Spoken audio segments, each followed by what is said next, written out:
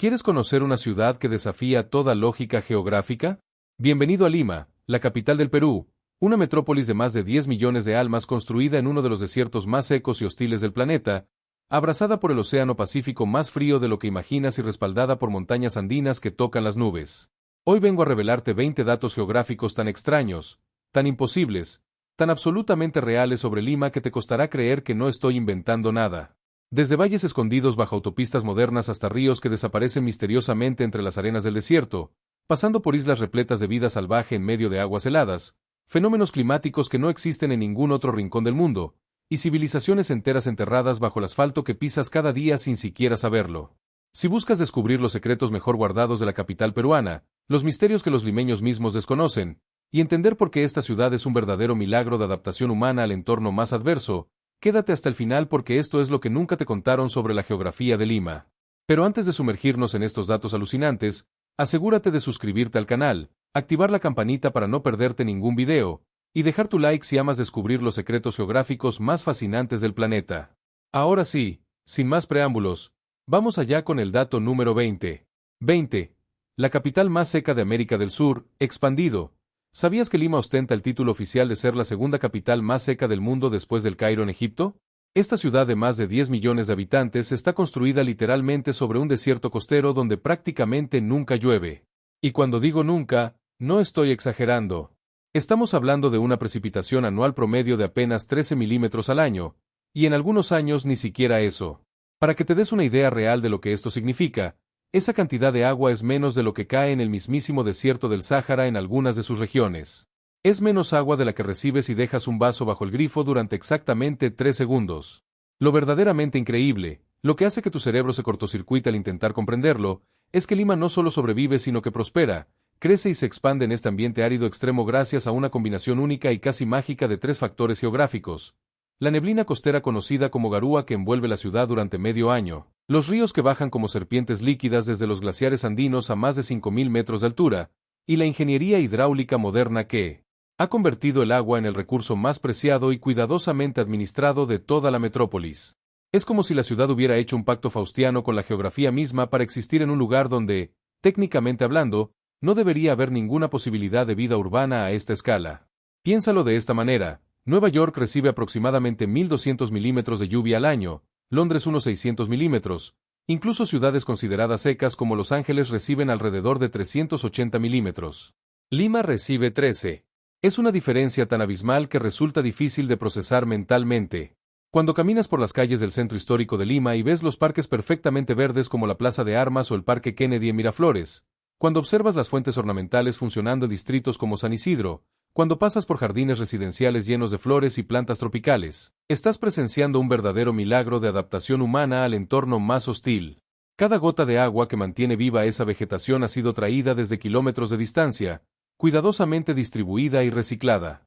Los antiguos habitantes de este valle, las culturas Lima, Bari e Itzma, ya habían comprendido este desafío geográfico hace más de 1000 años. Construyeron complejos sistemas de canales de irrigación que captaban el agua del río Rímac y la distribuían por todo el valle, creando un oasis verde en medio del desierto marrón.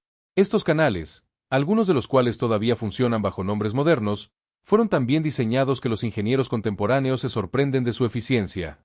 La sequedad extrema de Lima también tiene consecuencias culturales profundas. Los limeños tienen una relación casi reverencial con el agua, nunca la desperdician, siempre la valoran. En muchas casas todavía se recoge el agua de la ducha mientras se calienta para usarla en regar las plantas. Es una geografía que moldea no solo el paisaje físico sino también la mentalidad y las costumbres de quienes la habitan. 19. El fenómeno de la garúa que moja sin llover, expandido. Ahora hablemos de uno de los fenómenos meteorológicos más extraños, más particulares y más definitorios de todo el planeta Tierra. Lima vive suspendida durante 6 meses al año bajo lo que los limeños llaman con cariño y resignación la garúa, una neblina espesa, persistente y penetrante que cubre la ciudad como una manta gris húmeda pero que técnicamente no es lluvia ni tampoco niebla común y corriente. Esta garúa es el resultado directo de una interacción geográfica única entre la corriente fría de Humboldt que viene del sur trayendo aguas heladas desde la Antártida y el aire relativamente cálido del continente sudamericano. Cuando estas dos masas de aire con temperaturas tan diferentes chocan sobre la costa de Lima, el resultado es una humedad relativa del 100% que literalmente empapa todo lo que toca sin que llegue a caer una sola gota visible y medible del cielo. Es un fenómeno tan particular que resulta difícil de explicar a alguien que nunca lo ha experimentado. Imagínate esto, despiertas por la mañana y todas tus ventanas están completamente mojadas por fuera, como si alguien las hubiera rociado con una manguera durante toda la noche. Sales a la calle y sientes que estás caminando dentro de una nube, la visibilidad está reducida a unas pocas cuadras, todo parece borroso y grisáceo. Tu ropa se va humedeciendo gradualmente aunque no está lloviendo, tu cabello se vuelve ligeramente húmedo, si usas lentes se empañan constantemente. Las paredes de las casas sudan literalmente, con gotas de condensación formándose en la pintura y el cemento. Los autos amanecen cubiertos de gotitas microscópicas que crean una película de humedad sobre el parabrisas. Pero si miras hacia arriba buscando nubes de lluvia, no las encuentras, solo ves esta capa uniforme de gris que se extiende desde el suelo hasta unos 500 o 600 metros de altura. La garúa domina Lima desde aproximadamente mayo hasta noviembre, los meses del invierno austral. Durante este periodo, la ciudad prácticamente no ve el sol. Pueden pasar semanas enteras sin un solo día despejado. El cielo permanece en este tono gris plomizo constante que afecta profundamente el estado de ánimo de los habitantes. Los psicólogos han documentado aumentos en los casos de depresión estacional durante estos meses, similar a lo que ocurre en países escandinavos durante sus largos inviernos oscuros.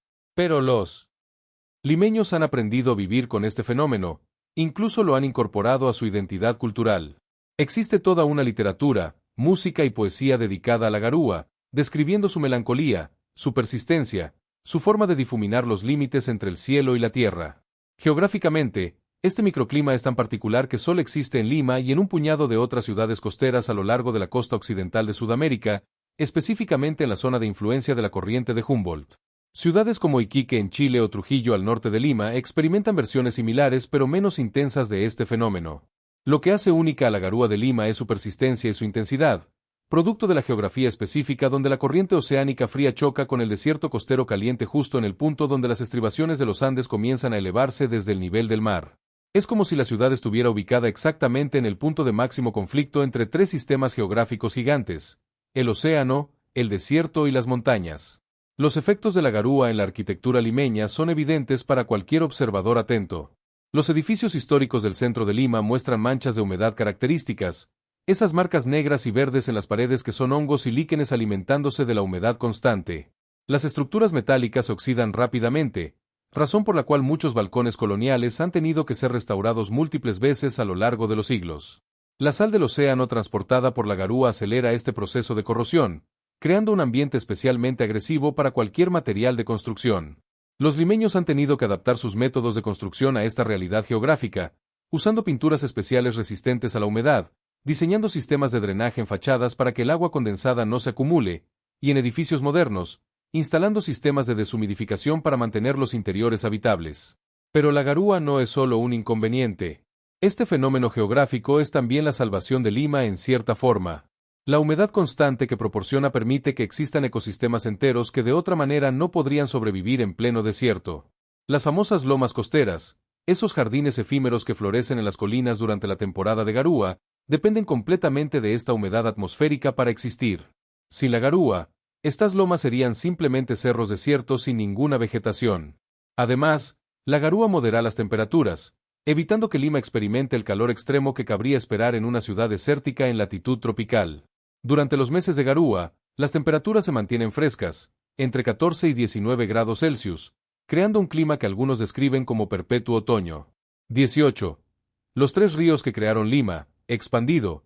La geografía fluvial de Lima es absolutamente fundamental para entender no solo cómo existe esta ciudad, sino por qué fue fundada exactamente aquí y no en otro punto de la costa peruana. Lima está definida, esculpida y sustentada por tres ríos principales que descienden como arterias líquidas vitales desde las alturas heladas de los Andes hasta el abrazo salado del Océano Pacífico, el Rímac, el Chillón y el Lurín.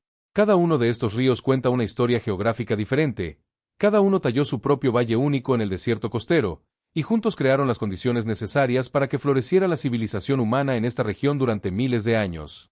El río Rímac, cuyo nombre proviene de la palabra quechua Rímac, que significa el que habla debido al sonido constante de sus aguas turbulentas al chocar contra las rocas, fue el que determinó exactamente dónde Francisco Pizarro fundaría la ciudad de los Reyes en enero de 1535. Este río majestuoso nace a más de 5.000 metros sobre el nivel del mar en los glaciares y lagunas de la cordillera occidental de los Andes, específicamente en las alturas de la provincia de Huarochirí. Desde ese punto de origen gélido y remoto, El Rímac recorre aproximadamente 160 kilómetros descendiendo vertiginosamente, cayendo desde las zonas de puna helada donde solo crecen pajonales y musgos, atravesando profundos cañones de roca negra tallados durante millones de años, pasando por zonas de bosques de neblina en las yungas, hasta finalmente emerger en el valle costero de Lima donde sus aguas todavía frías y rápidas se desparraman formando el oasis que permitió el asentamiento humano.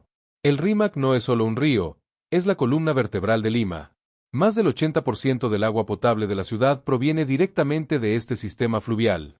Sus aguas alimentan las plantas de tratamiento que abastecen a millones de personas. Pero históricamente, el Rímac fue mucho más que una fuente de agua potable.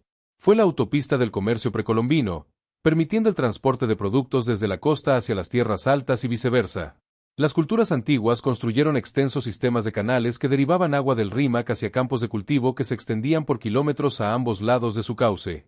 Estos canales, algunos con más de 1000 años de antigüedad, todavía son visibles en algunas partes de la ciudad moderna, especialmente en distritos como Ate y Surco donde los nombres de las calles, Acequia Alta, Acequia Antigua, recuerdan esta herencia hidráulica.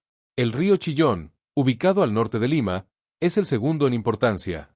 Su cuenca abarca aproximadamente 2.444 kilómetros cuadrados y el río tiene una longitud de unos 126 kilómetros desde su nacimiento en la laguna de Chonta hasta su desembocadura en el océano cerca de Ventanilla. El Valle del Chillón tiene una historia humana igualmente rica, habiendo sido ocupado por las culturas Coli, Chimú y finalmente los incas antes de la llegada española. Lo fascinante de este valle desde el punto de vista geográfico es que presenta microclimas muy diferenciados.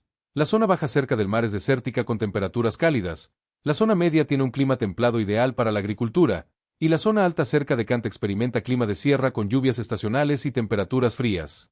Esta verticalidad ecológica en una distancia horizontal relativamente corta permitió a las culturas antiguas cultivar una enorme variedad de productos, desde algodón y maíz en las zonas bajas hasta papas y quinoa en las zonas altas. El río Lurín, al sur de Lima, completa el trío de sistemas fluviales que definen la geografía de la capital peruana. Con una longitud de aproximadamente 110 kilómetros, el Lurín es el más pequeño de los tres pero no menos importante. Su valle fue el corazón del antiguo señorío de Itzma y alberga algunos de los sitios arqueológicos más importantes de la región, incluyendo el santuario de Pachacamac, uno de los centros religiosos más importantes del antiguo Perú que fue visitado por peregrinos de todo el imperio inca. Geográficamente, el Valle del Lurín ha mantenido más de su carácter agrícola original que los valles del Rímac y el Chillón, con extensas áreas todavía dedicadas al cultivo de frutas y verduras que abastecen los mercados de Lima. Lo que hace verdaderamente especiales a estos tres ríos es que han tallado valles profundos y fértiles en medio de uno de los desiertos más absolutos del planeta. Cuando vuelas sobre Lima en un avión durante el día despejado, el contraste visual es absolutamente dramático y surrealista. Puedes ver perfectamente cómo estos ríos han dibujado tres líneas verdes brillantes como trazos de pincel en medio de un lienzo marrón grisáceo de desierto absoluto. A ambos lados de cada río, una franja verde de vegetación que puede tener desde 1 hasta varios kilómetros de ancho, y más allá de eso, nada excepto arena, polvo y rocas áridas extendiéndose hasta donde alcanza la vista. Es una demostración visual perfecta del principio geográfico fundamental. El agua es vida, incluso en el desierto más obstinado y resistente. Pero estos ríos enfrentan amenazas serias en el siglo XXI. El cambio climático está afectando los glaciares andinos que alimentan estos sistemas fluviales. Los científicos han documentado que los glaciares en la cordillera occidental han perdido aproximadamente el 40% de su masa en las últimas 4 décadas. Esto significa que el flujo de agua en estos ríos está cambiando, con caudales más altos durante la temporada de deshielo pero menos agua almacenada en forma de hielo para los meses secos. La contaminación es otro desafío crítico. El Rímac, especialmente, recibe descargas de aguas residuales, desechos mineros de las operaciones en las montañas y basura urbana, convirtiendo sus aguas en un riesgo de salud pública en algunos tramos. La geografía que creó Lima ahora requiere protección urgente para que la ciudad pueda continuar existiendo en el futuro. 17. La corriente de Humboldt y su regalo helado, expandido. Lima está bañada constantemente por las aguas del vasto Océano Pacífico, pero si alguna vez te has atrevido a meterte en estas aguas, sabrás que no encontrarás nada parecido a las temperaturas tropicales cálidas que esperarías de una ciudad ubicada a apenas 12 grados de latitud sur del ecuador terrestre. Aquí actúa con fuerza implacable la corriente de Humboldt, también conocida como corriente peruana o corriente costera del Perú, un sistema oceánico masivo que trae aguas absolutamente gélidas desde las profundidades cercanas a la Antártida hacia el norte a lo largo de toda la costa occidental de América del Sur. Esta corriente oceánica, nombrada así en honor al naturalista alemán Alexander von Humboldt, quien la estudió durante su expedición a América del Sur a principios del siglo XIX, mantiene la temperatura del agua del mar frente a Lima entre apenas 14 y 19 grados Celsius durante todo el año.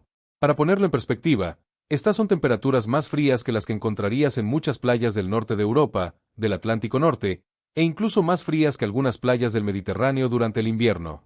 Es absolutamente irónico y contradictorio que Lima, una ciudad situada en plena zona tropical del planeta donde geográficamente debería tener aguas cálidas de 26 a 28 grados Celsius como las de Brasil o el Caribe, tenga en cambio aguas que requieren traje de neopreno si quieres nadar cómodamente durante más de unos minutos. Pero este fenómeno geográfico oceánico tiene consecuencias que van muchísimo más allá de arruinar tus planes de darte un chapuzón placentero. La corriente de Humboldt es directamente responsable de prácticamente todas las características climáticas únicas que definen a Lima. Primero, es la causa principal de la garúa que mencionamos anteriormente. El aire cálido del continente se encuentra con el aire frío que viene del océano enfriado por la corriente, creando esa condensación masiva que envuelve la ciudad de niebla durante medio año. Segundo, la corriente es la responsable directa del clima desértico extremo de toda la costa peruana. El aire frío sobre el océano no puede retener mucha humedad, y cuando este aire llega al continente, no tiene capacidad de generar lluvia. Es por esto que mientras la selva amazónica al otro lado de los Andes recibe miles de milímetros de lluvia al año, la costa peruana es uno de los desiertos más secos del planeta. Pero quizás el efecto más importante de la corriente de Humboldt es su impacto en la vida marina. Las aguas frías que trae esta corriente son increíblemente ricas en nutrientes debido a un proceso llamado surgencia o afloramiento. Lo que sucede es que los vientos alisios que soplan paralelos a la costa empujan las aguas superficiales hacia el oeste, alejándolas de la costa. Para reemplazar esta agua que se ha movado, aguas profundas ricas en nutrientes suben desde las profundidades oceánicas hasta la zona fótica donde hay luz solar. Estos nutrientes, especialmente nitratos y fosfatos, alimentan a enormes poblaciones de fitoplancton, que a su vez alimentan al zooplancton, que alimenta a los peces pequeños, que alimentan a los peces grandes, creando una de las cadenas tróficas más productivas de todos los océanos del mundo. El mar peruano, gracias a la corriente de Humboldt, es uno de los más productivos del planeta en términos de biomasa de peces. La anchoveta peruana es el pez más capturado del mundo en términos de tonelaje, con capturas anuales que han llegado a superar los 10 millones de toneladas en algunos años. Esta pequeña sardina plateada, que crece en enormes cardúmenes en las aguas frías nutrientes de la corriente, es la base de la industria pesquera peruana y la fuente principal de harina de pescado que se exporta globalmente para alimentar a animales de granja. Pero más allá de la anchoveta, estas aguas albergan jurel, caballa, bonito, corvina, lenguado, y docenas de otras especies comercialmente importantes. La abundancia de peces atrae también a depredadores marinos más grandes. Las aguas frente a Lima son visitadas regularmente por delfines nariz de botella y delfines oscuros que cazan en grupos coordinados. Lobos marinos sudamericanos establecen colonias en las islas e islotes rocosos cerca de la costa. Ocasionalmente, ballenas jorobadas pasan por la zona durante sus migraciones anuales entre las aguas cálidas de reproducción cerca del Ecuador y las zonas de alimentación en aguas antárticas. Aves marinas como el pelícano peruano, el piquero peruano, el guanay y el zarcillo abundan, alimentándose del festín constante de peces que proporciona la corriente. Esta riqueza marina no es solo un fenómeno moderno.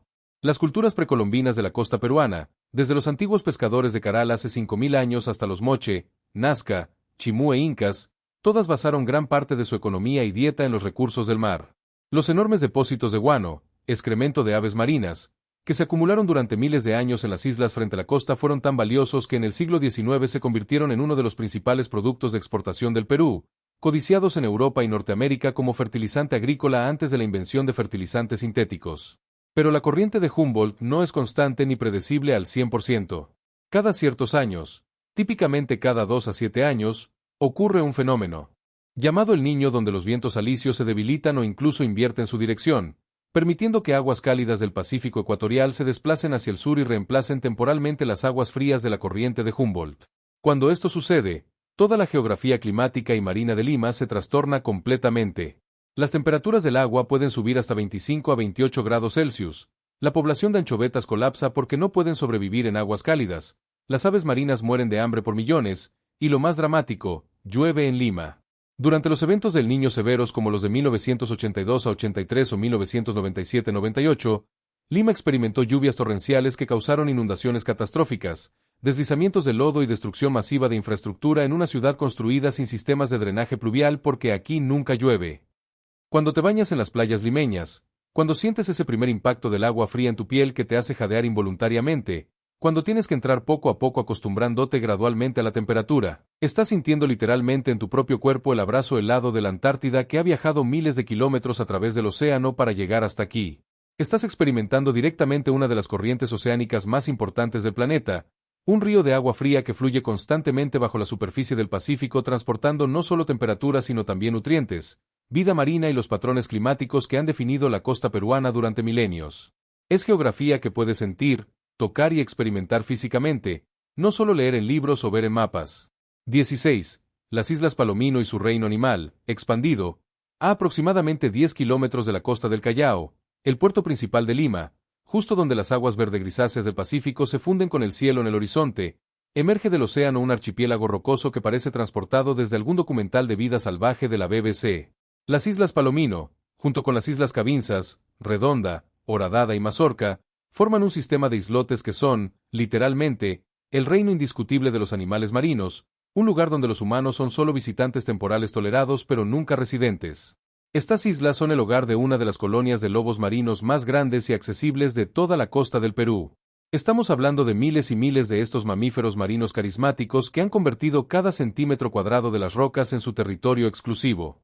Los machos alfa, enormes bestias que pueden pesar hasta 350 kilogramos, se apostan en las rocas más altas estableciendo sus harenes de hembras mucho más pequeñas. Los jóvenes machos solteros forman grupos ruidosos en las zonas periféricas, practicando sus rugidos intimidantes y peleando entre sí en simulacros de las batallas territoriales que librarán cuando sean adultos. Las madres con sus crías recién nacidas ocupan las plataformas rocosas más protegidas, donde los cachorros de pelaje oscuro maman y juegan bajo la mirada atenta de sus progenitoras. Lo que hace geográficamente especial a estas islas es que son, fundamentalmente, las puntas emergidas de formaciones rocosas submarinas mucho más grandes. Si pudieras drenar el océano alrededor de las Islas Palomino, verías que son esencialmente montañas submarinas cuyas cumbres sobresalen apenas unos metros por encima de la superficie del agua. Estas cumbres rocosas crean plataformas perfectas para que los lobos marinos descansen, se reproduzcan, se termoregulen tomando sol, y se lancen al agua para cazar cuando tienen hambre. Y el agua alrededor de estas islas es un verdadero festín constante gracias a la corriente de Humboldt que mencionamos anteriormente. Las aguas frías, ricas en nutrientes, atraen enormes bancos de anchovetas, sardinas y otros peces pequeños que constituyen la dieta principal de los lobos marinos. Un lobo marino adulto puede consumir hasta 8 a 10 kilogramos de pescado al día, y con miles de lobos en las islas, puedes imaginar la cantidad masiva de peces que se capturan diariamente en estas aguas. Los lobos marinos son cazadores extraordinariamente eficientes bajo el agua, pudiendo bucear hasta profundidades de 100 metros o más y permanecer sumergidos durante 10 a 15 minutos mientras persiguen a sus presas con una agilidad que contrasta dramáticamente con su torpeza en tierra. Pero los lobos marinos no son los únicos habitantes de este archipiélago. Las islas también albergan colonias masivas de aves marinas que literalmente cubren las rocas como si fueran una alfombra viviente en constante movimiento. El guanay, un cormorán negro con pecho blanco y ojos rojos, anida por miles en las zonas más altas de las islas. El piquero peruano, con sus patas azul turquesa brillante y su forma de bucear en picada espectacular desde grandes alturas para capturar peces, también tiene colonias importantes aquí. Pelícanos peruanos, enormes aves con bolsas gulares que pueden contener hasta 11 litros de agua, descansan en grupos en las rocas bajas cerca del agua. Gaviotas de varios tipos, zarcillos y potoyuncos completan el elenco de aves. El guano que estas aves producen ha transformado literalmente el color de las rocas. Lo que originalmente eran formaciones de roca volcánica oscura ahora están cubiertas con capas de excremento blanco y gris que en algunos lugares tiene varios centímetros de espesor. Este guano, como mencionamos anteriormente, fue tan valioso en el siglo XIX que se lo llamaba oro blanco y generó fortunas para aquellos que tenían los derechos de explotación. Hoy en día, aunque la recolección continúa en algunas islas, está estrictamente regulada para no perturbar a las colonias de aves. Cuando visitas estas islas en bote, la experiencia sensorial es absolutamente abrumadora. Primero, el sonido te golpea como una ola física. El rugido constante de miles de lobos marinos machos, el ladrido más agudo de las hembras, los gritos de los cachorros buscando a sus madres, los graznidos de miles de aves marinas, todo se mezcla en una cacofonía surrealista que tienes que experimentar para creer. Luego llega el olor, una mezcla potente y penetrante de pescado, guano fresco, sal marina y cuerpos de mamíferos marinos que ha sido descrita por algunos visitantes como abrumadora pero que otros encuentran curiosamente no tan desagradable como esperaban. Visualmente, el espectáculo es igualmente impresionante. Los lobos marinos están por todas partes, en las rocas, nadando en el agua alrededor del bote, sumergiéndose y emergiendo con peces en sus bocas. Los más curiosos, especialmente los juveniles que todavía no han aprendido a temer completamente a los humanos, se acercan a los botes para investigar, sus ojos grandes y expresivos mirando con lo que parece genuina curiosidad. Algunos operadores turísticos permiten que las personas se metan al agua con trajes de neopreno para nadar con los lobos marinos jóvenes, una experiencia que describen como mágica cuando estos animales juguetones hacen círculos alrededor de ti bajo el agua, acercándose para mirarte a los ojos antes de alejarse con un movimiento grácil de sus aletas. Las Islas Palomino funcionan como un recordatorio poderoso de que Lima no es solo una metrópolis de concreto, vidrio y acero, no es solo tráfico imposible y smog, sino también un punto de encuentro dramático entre la civilización humana y la vida salvaje marina que ha existido en estas costas desde mucho antes de que llegaran los primeros humanos. A solo 30 minutos en bote desde el puerto moderno del Callao, donde atracan cruceros internacionales y portacontenedores gigantes, existe este mundo donde los humanos son irrelevantes y donde los animales marinos continúan sus ciclos de vida milenarios completamente ajenos al frenesí de la ciudad cercana. 15. El misterio de las lomas. Desiertos que florecen milagrosamente, expandido, en las colinas y cerros que rodean Lima, especialmente hacia el sur y el este de la ciudad, ocurre uno de los fenómenos geográficos y ecológicos más mágicos y efímeros del planeta, la aparición estacional de las lomas costeras. Durante los meses de invierno, cuando la garúa cubre persistentemente la ciudad, estas laderas desérticas y aparentemente muertas se transforman milagrosamente en verdes praderas cubiertas de vegetación, flores silvestres y hasta pequeños bosques de árboles nativos.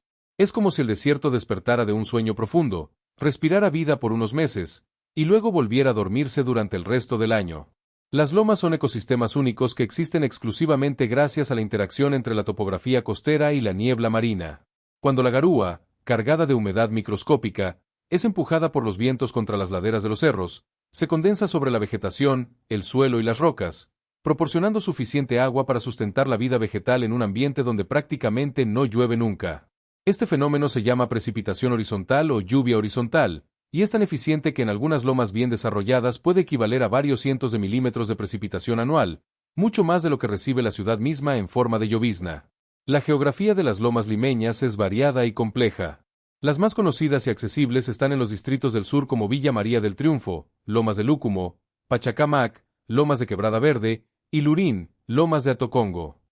Pero existen muchas más, algunas dentro de los límites urbanos, otras en zonas periurbanas, y algunas en áreas protegidas como la Reserva Nacional de la Chaya al norte de Lima, que aunque no está técnicamente dentro del área metropolitana, representa el ejemplo más espectacular y conservado de este ecosistema. Lo que hace verdaderamente asombrosas a las lomas es su biodiversidad especializada y adaptada a condiciones extremas. Aquí encontrarás especies vegetales que no existen en ningún otro lugar del mundo, como la papita de las lomas, una solanácea silvestre, diversas orquídeas terrestres, la flor de Amancaes, icono cultural limeño que florece en junio y dio nombre a un famoso vals peruano, y árboles como el mito y el huarango que desarrollan raíces extraordinariamente profundas y mecanismos para captar la humedad del aire.